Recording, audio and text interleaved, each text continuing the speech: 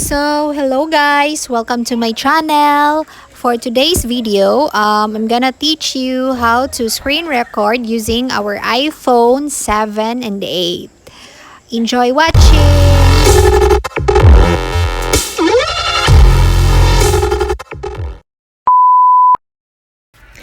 So guys, let's start. First, go to settings and then go to control center. So we can find it after the general and then customized controls. And so this shows that screen recording is already included in the customized control settings. So let us remove it for demo purposes. So here we can find the screen recording, so we can easily find it since it's alphabetically arranged. So and then we will just press the plus button so that it will be added to the customized control settings, and then back.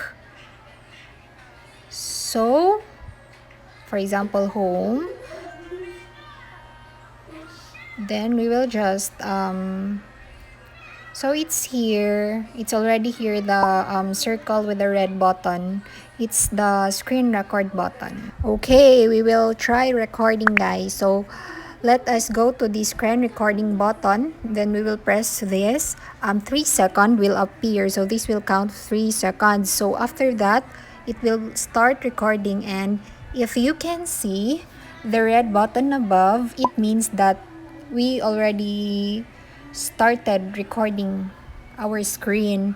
So that's it guys. So easy, right? So if we will record a video, so the audio of the video will also be recorded.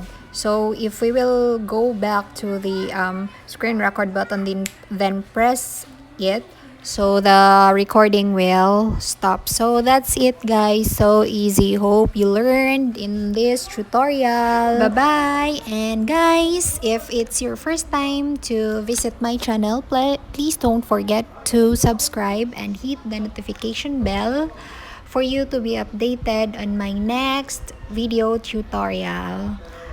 Okay.